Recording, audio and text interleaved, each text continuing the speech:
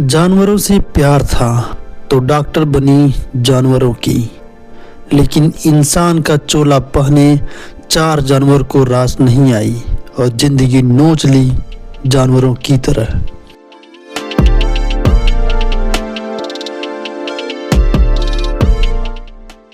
जी नमस्कार, ये कहानी है प्रियंका रेड्डी केस की। प्रियंका रेड्डी को बचपन से ही कुत्तों, घोड़े और गाय से काफ़ी लगाव था, लिहाजा जानवरों की सेवा करना उनके जीवन का मकसद बनता जा रहा था। और इसी कड़ी में तेलंगाना लोक सेवा आयोग की परीक्षा पास करने के बाद वह वेटनरी डॉक्टर बन जाती है और उसकी उम्र भी लगभग 26 साल हो चुकी थी। नौकरी तो मिल ही गई थी और साथ ही उम्र भी हो चुका था, लिहाजा शादी की बात चलने लगी। लेकिन बताया जाता है कि शादी की बात को हमेशा प्रियंका टाल दिया करती थी। हालांकि अंत में तैयार हो गई थी कि अब उसकी भी शादी हो जाती। आपको बता दूं कि रेड्डी परिवार में परंपरा होती है कि जिनकी शादी नहीं होती है उनकी मृत्यु के बाद पेड़ से शादी कराकर ही अंतिम संस्कार किया जाता है। प्रियंका रेड्डी हैदराबाद की रहने वाली 26 वर्षीय वेटनरी डॉक्टर थी। उसका एक नाम दिशा भी था। वो अपने माता पिता के साथ रहती थी और रोज घर से लगभग 30 किलोमीटर दूर स्कूटी से अस्पताल जाती थी और वहां पर वह जानवरों का इलाज किया करती थी। दरअसल प्रियंका रोज घर से अस्पताल स्कूटी से तो जाती थी, लेकिन अस्पताल से कुछ दूर ही एक टोल प्लाजा पर स्कूटी पार्क कर वहां से फिर वह कैब बुक कर अस्पताल तक जाती थी। हर कोई उसे मेहनती, शांत और संवेदनशील लड़की के रूप में जानता था।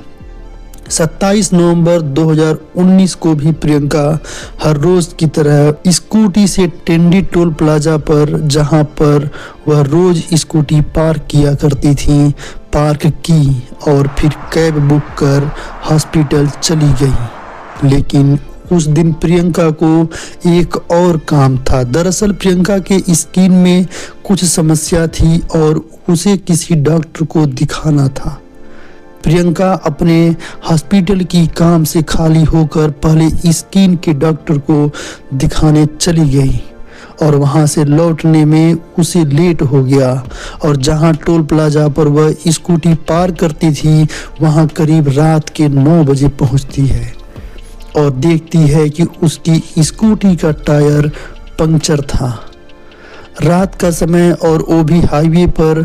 कुछ ट्रक ड्राइवर और कंडक्टर वहीं पर थे, लेकिन उनके सामने प्रियंका काफी असहज महसूस कर रही थी। उन्हें उन लोगों की हरकतों से डर लग रहा था।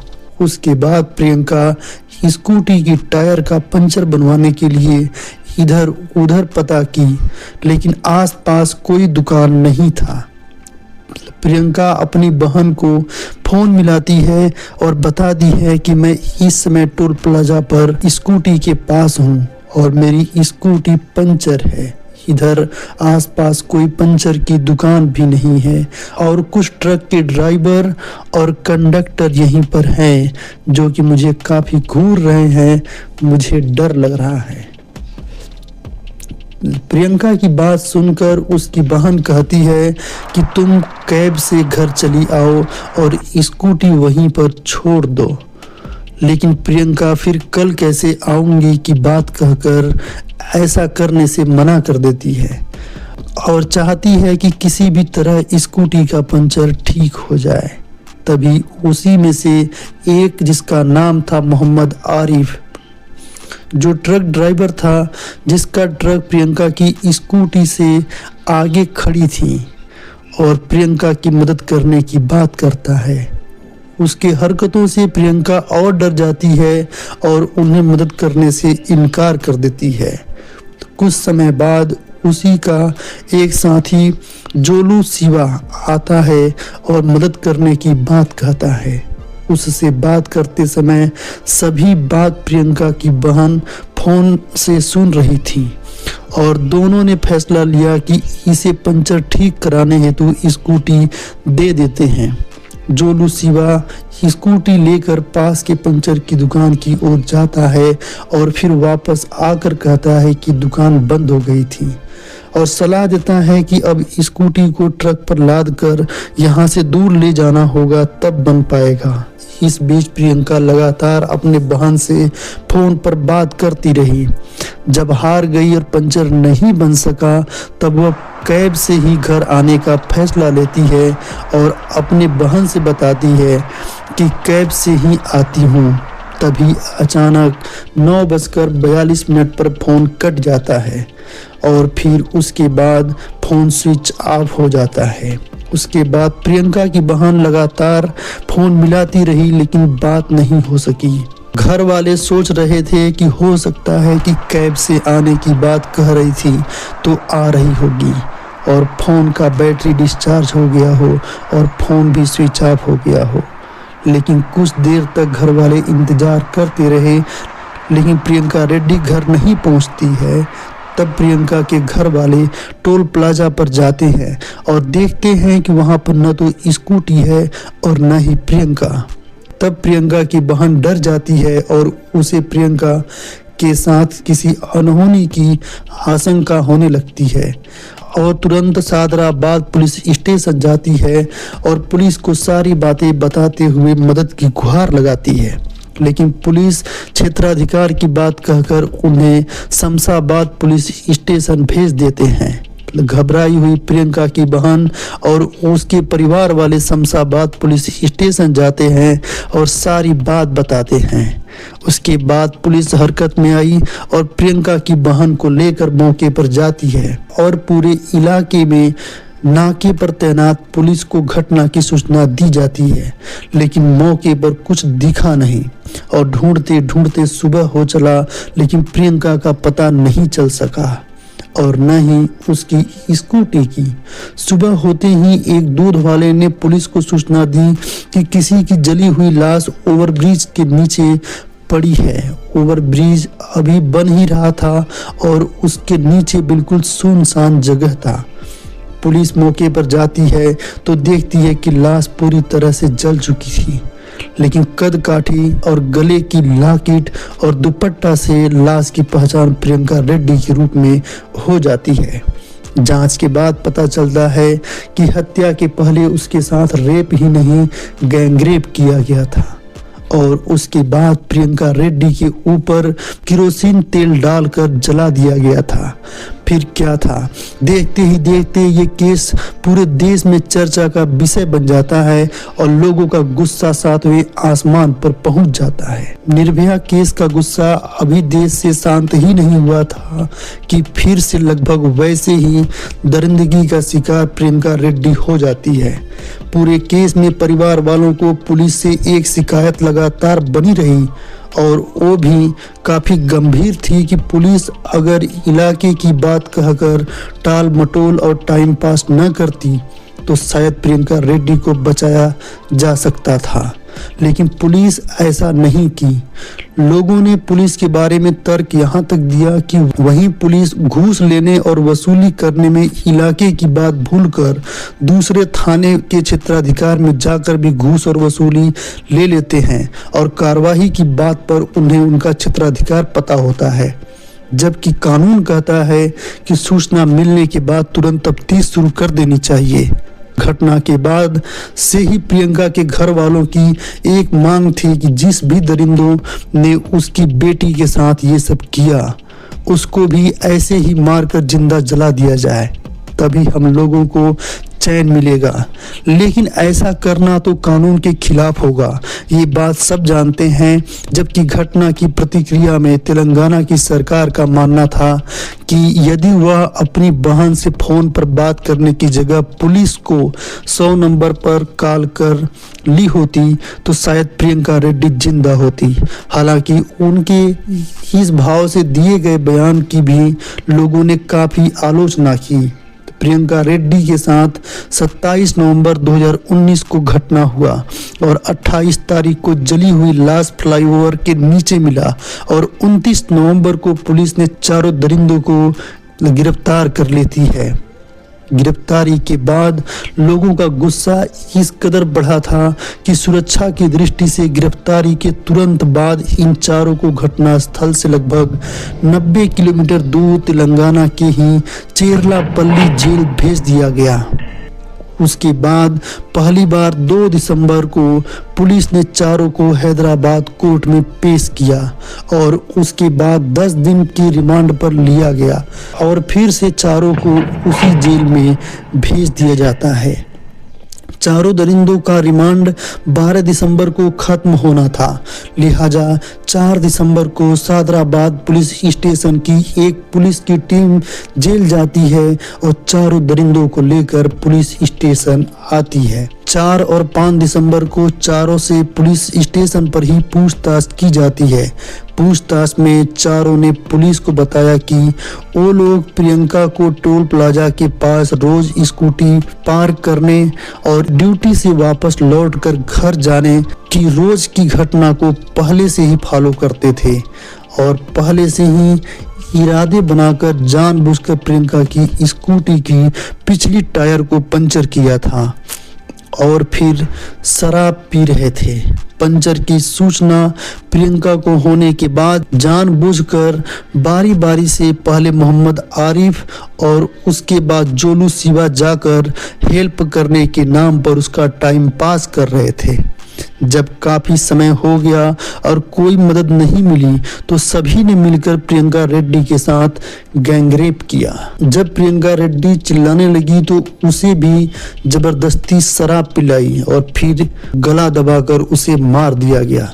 चारों दरिंदों ने पुलिस को पूरी घटनाक्रम बताते हुए यह भी बताई कि प्रियंका रेड्डी को मारकर 2 लोगों ने 100 को ट्रक के पीछे लाद कर सुनसान जगह पर ले जाने लगे और 2 लोगों ने एक पानी की बोतल लेकर स्कूटी से पेट्रोल लेने के लिए पास के ही एक पेट्रोल पंप पर गए, लेकिन पानी की बोतल में पेट्रोल देने से पेट्रोल पंप वाले इनकार कर दिए।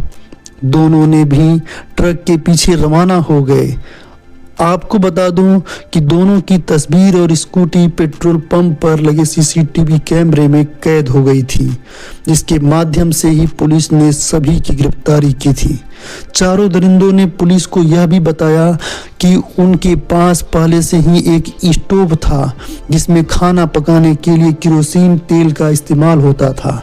पेट्रोल नहीं मिलने पर सभी ने योजना बनाई और एक सुनसान इलाके में निर्माणाधीन फ्लाईओवर के नीचे ले जाकर 100 को फेंक कर केरोसिन तेल छिड़क कर आग लगा दी और कुछ समय बाद वो सभी लोग वहां से भाग गए।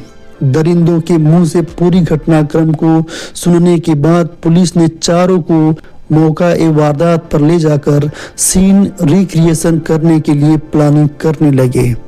तब तक देश में लोगों का गुस्सा इस कदर व्याप्त था कि उन सभी की सुरक्षा के लिहाज से रात का समय चुना जाता है और पुलिस की टीम यथोचित सुरक्षा का बंदोबस्त करते हुए रात में चारों को एक मिनी बस में लेकर मौके पर जाती है। पूरी घटनाक्रम को मौका ए वारदात सीन कराते कराते सुबह हो जाती है और चारों की हाथ खुली ही थी।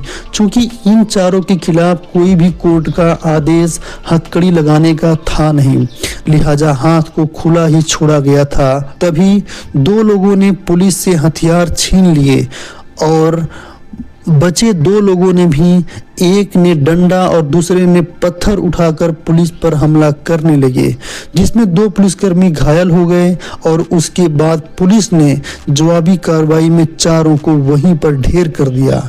इनकाउंटर की खबर पर मौके पर काफी भीड़ इकट्ठा हो गई। कुछ ने पुलिस की सराहना की तो कुछ ने इनकाउंटर को फेक बताया और पुलिस की कार्रवाई को ही प्री प्लानिंग कहे, लेकिन प्रियंका रेड्डी को 10 दिन में ही न्याय मिल गया। दरअसल पुलिस की इस कार्रवाई से अधिकतर लोग इसलिए पुलिस की सराहना की कि लोगों का मानना था कि निर्भया केस में फास्ट ट्रैक कोर्ट द्वारा घटना के बाद लगभग 9 महीने में ही चारों दरिंदों को फांसी की सजा दे दिया गया था। लेकिन बावजूद भी उस समय तक लगभग 2012 से 2019 तक 7 साल हो गए थे, लेकिन उस समय तक सजा नहीं हुई थी और केस पेंडिंग था। ऐसे ही कठुआ रेप केस में भी फास्ट ट्रैक कोर्ट द्वारा दोषियों को उम्र कैद की सजा दे दी गई थी, लेकिन उस समय हाई कोर्ट में उम्र कैद की सजा को फांसी में बदलने के लिए केस पेंडिंग था। ऐसे ही मुंबई में 22 अगस्त 2013 को हुई शक्ति मिल रेप केस में भी फास्ट ट्रैक कोर्ट ने 7 महीने बाद ही 4 दोषियों को मौत की सजा देने के बाद भी फांसी पेंडिंग थी। और नवंबर 2010 दिल्ली वीपीए में काम करने वाली के साथ हुए गैंगरेप को भी फास्ट ट्रैक कोर्ट द्वारा 2014 में ही 5 दोषियों को उम्र कैद की सजा हुई। उसके बाद 2018 में सजा पर रोक लगा दी गई थी, लिहाजा केस पेंडिंग थी। और ऐसे ही मध्य प्रदेश के ग्वालियर कटनी में 20 जुलाई 2018 को हुई रेप की घटना में रेपिस्ट को सिर्फ 5 दिन में ही फांसी की सजा दे दी गई थी, लेकिन फांसी पेंडिंग था। और ऐसे ही वारंगल में हुई दरिंदगी की घटना पर फास्ट ट्रैक कोर्ट द्वारा दरिंदों को फांसी की सजा सुनाई गई, लेकिन फांसी पेंडिंग थी। इन सभी घटनाओं के बाद भी देश काफी गुस्से में था। बावजूद न्याय के नाम पर देश को तब तक मिला था बस आदेश, लेकिन सभी केसों में दोषियों द्वारा केस को उलझा कर रखा गया था। और प्रियंका रेड्डी के मामले में मात्र 10 दिनों में ही सभी को ढेर कर दिया गया था, जिसके कारण कुछ लोगों ने पुलिस की सराहना की थी। एनकाउंटर की जांच राष्ट्रीय मानवाधिकार आयोग ने की। कई विशेषज्ञों ने कहा न्याय के लिए कानून है, पुलिस को कोर्ट नहीं बनना चाहिए, लेकिन जनता की भावना साफ थी। जब अदालतें सालों तक फैसला नहीं देती तो यही होना चाहिए। इस केस के बाद सरकार ने दिशा एक्ट लाने की घोषणा की। इस कानून में कहा गया रेप केस की जांच 21 दिन में पूरी हो, ट्रायल 45 दिन में खत्म हो, सजा अधिकतम मौत की हो सके। यह कानून तेज न्याय की दिशा में एक बड़ा कदम बना। प्रियंका के माता पिता आज भी कहते हैं हमें अपनी बेटी पर गर्व है, लेकिन उसकी याद हर दिन जलाती है। यह केस हर महिला के लिए चेतावनी है। रात का अंधेरा सिर्फ सड़क पर नहीं, कभी कभी इंसानों के दिलों में भी होता है। हमारा मकसद आपको परेशान करना नहीं है, बल्कि सावधान करना है। और ऐसे ही हमारी आने वाली अगली वीडियो की नोटिफिकेशन के लिए वीडियो को लाइक, शेयर और सब्सक्राइब करना ना भूलें।